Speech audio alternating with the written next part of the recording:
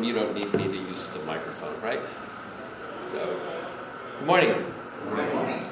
Several people have mentioned breathing so far, and you're breathing at this moment, right? Yes. Yep. One of the things that astonishes me continually, astonishes and saddens me, is that most of us have only vague ideas about how we actually breathe.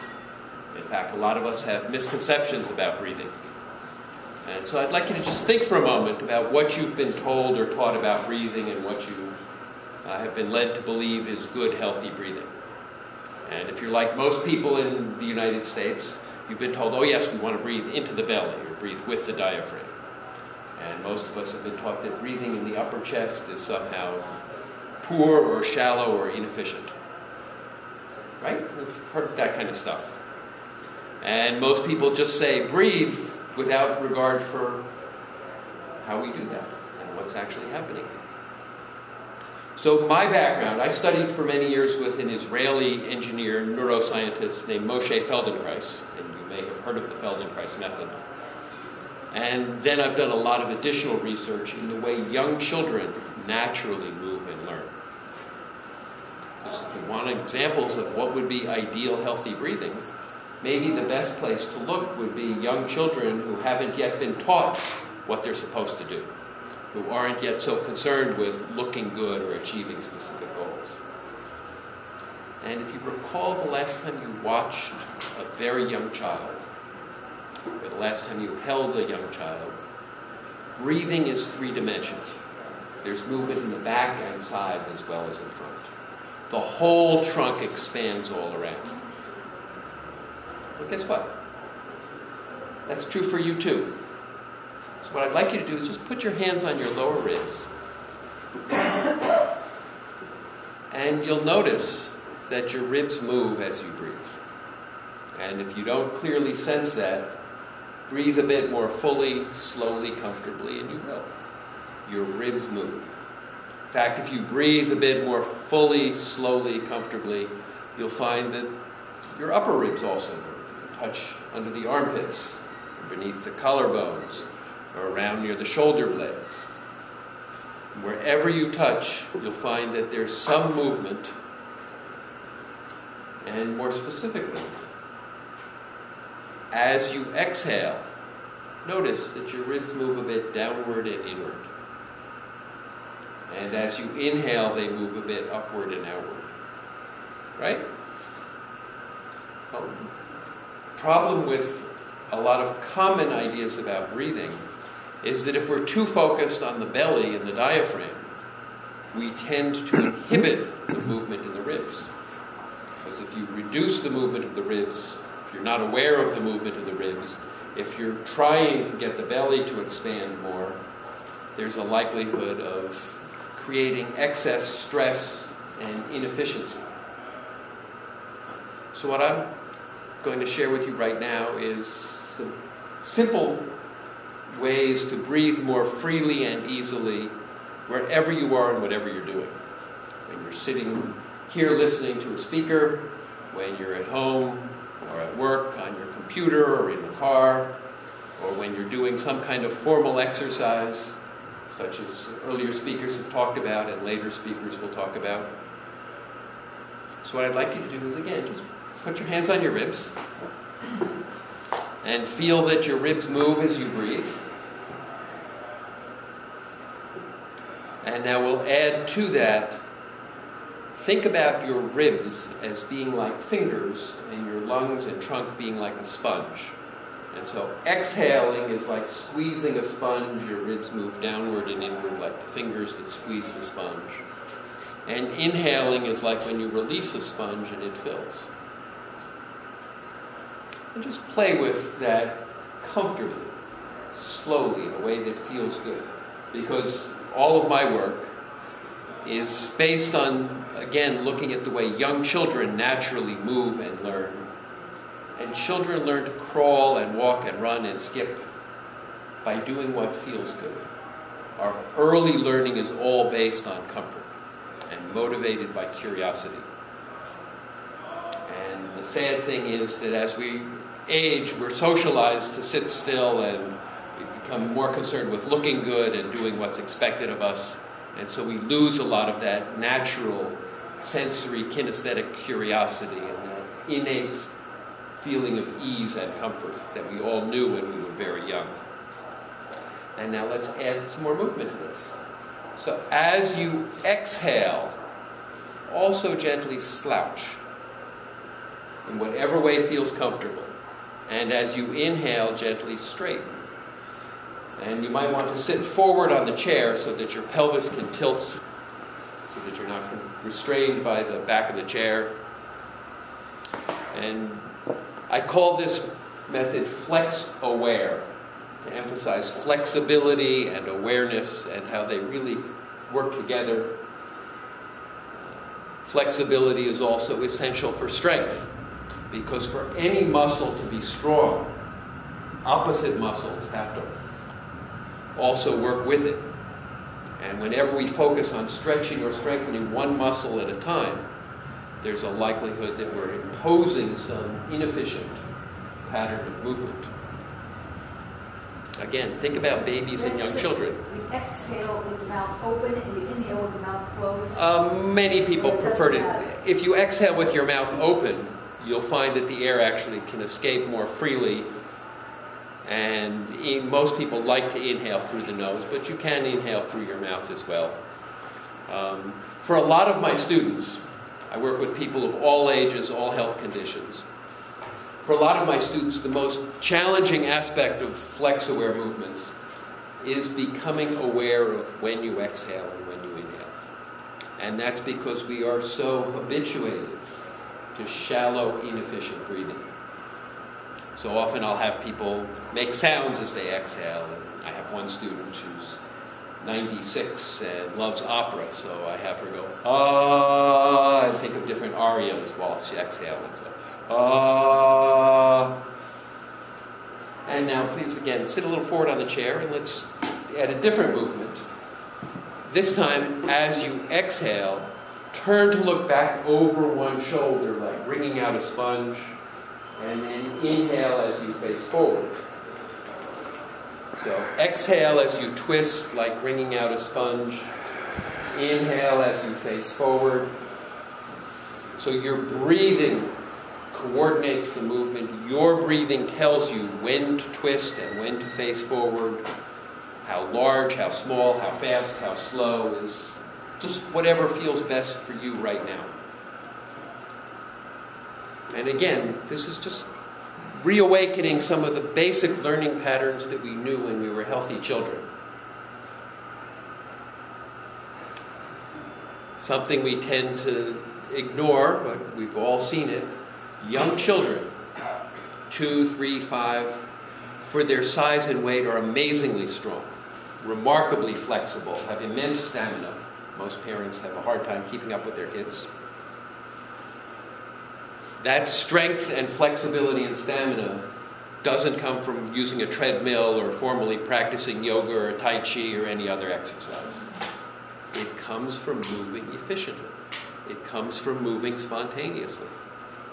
And with FlexAware, and in other ways too, you can at any age rediscover that quality of ease and skill and coordination. So now, again, please sit forward on your chair. And by the way, you could have kept breathing and moving even while I was talking, even after. So this time, as you exhale, bend to one side. So just exhale and slouch to one side. Inhale and return to neutral. Alternate right and left. So just inhale and let yourself slouch or bend. Exhale and return. Exhale and slouch or bend. Inhale and return to the vertical.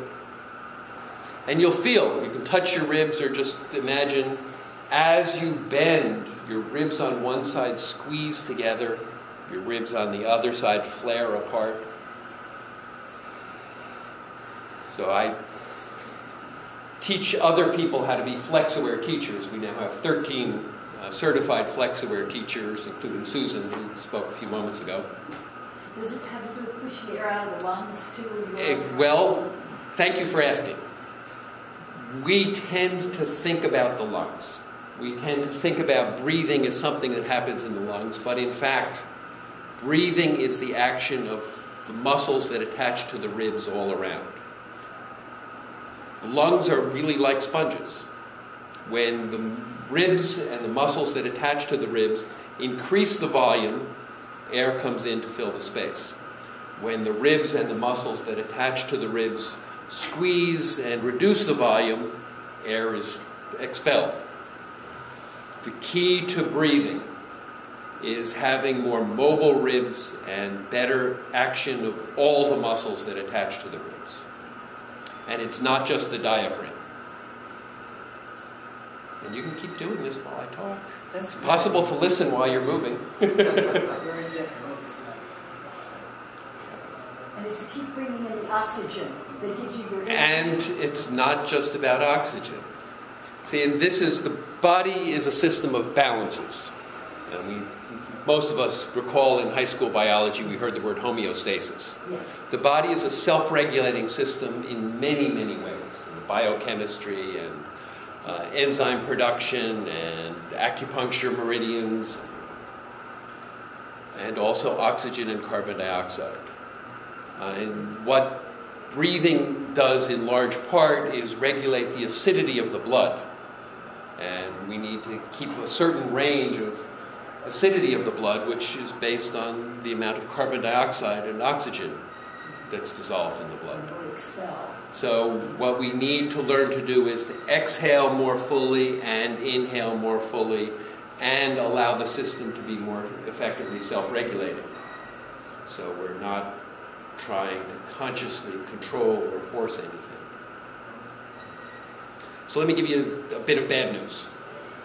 How many of you do push-ups or sit-ups? Or you've been told that you should? Well, as I've said, every muscle that attaches to the ribs has some role in breathing. Well, we have 4 abdominal muscles, the famous abs that people try to tone in order to have a six-pack. All 4 abdominal muscles attach to the ribs. There's one that goes around horizontally, the transverse, and they attach to the pelvis in some places and to the ribs. There's one that's vertical that attaches to the pubic bone and up to the ribs and breastbone, and then there are 2 on the diagonals. All 4 of them, when they contract, they have the action of pulling the ribs toward the pelvis and reducing the volume and therefore exhaling. And in order to inhale fully, all 4 levels of abdominals have to be able to relax and lengthen.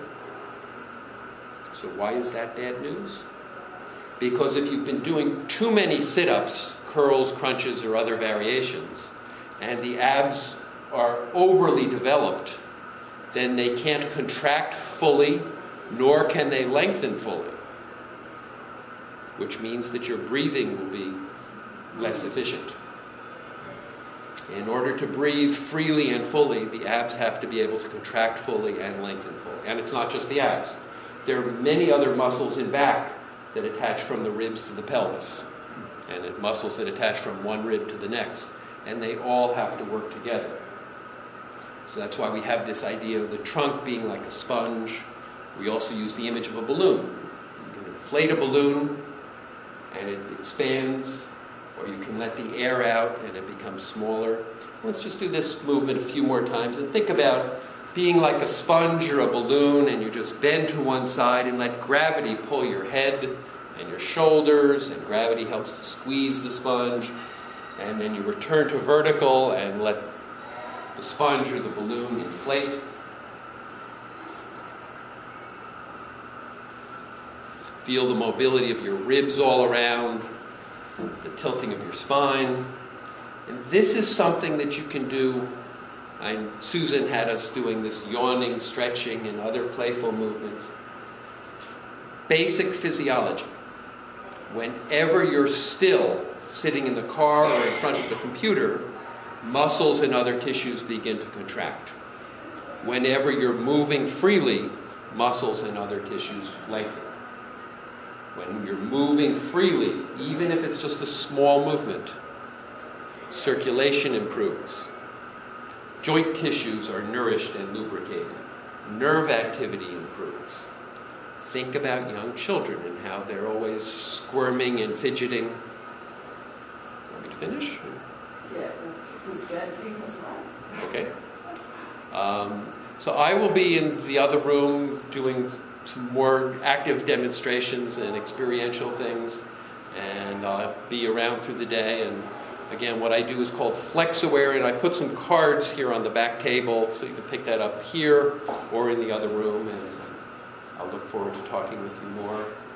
And again, these are simple practices about breathing and awareness and moving efficiently that you can use anywhere, anytime, lying in bed as part of other exercise or sports activities, sitting at the computer, sitting in the car.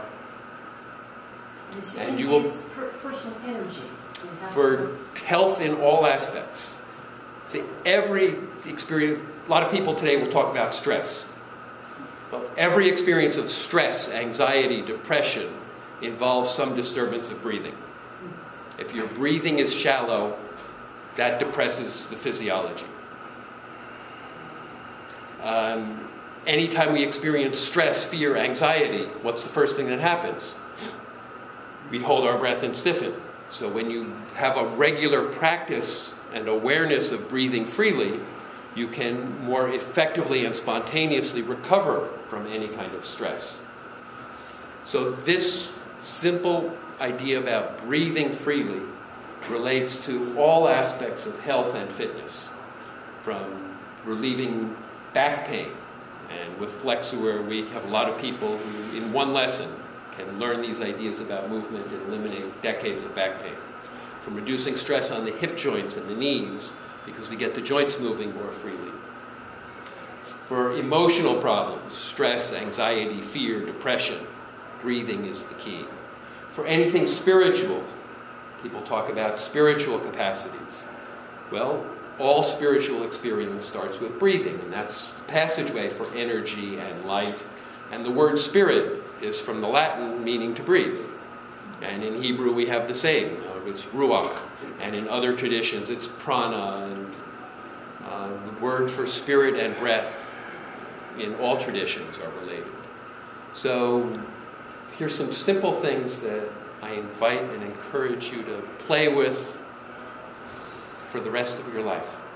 And doing that, the rest of your life will be longer and healthier and happier, I'm confident.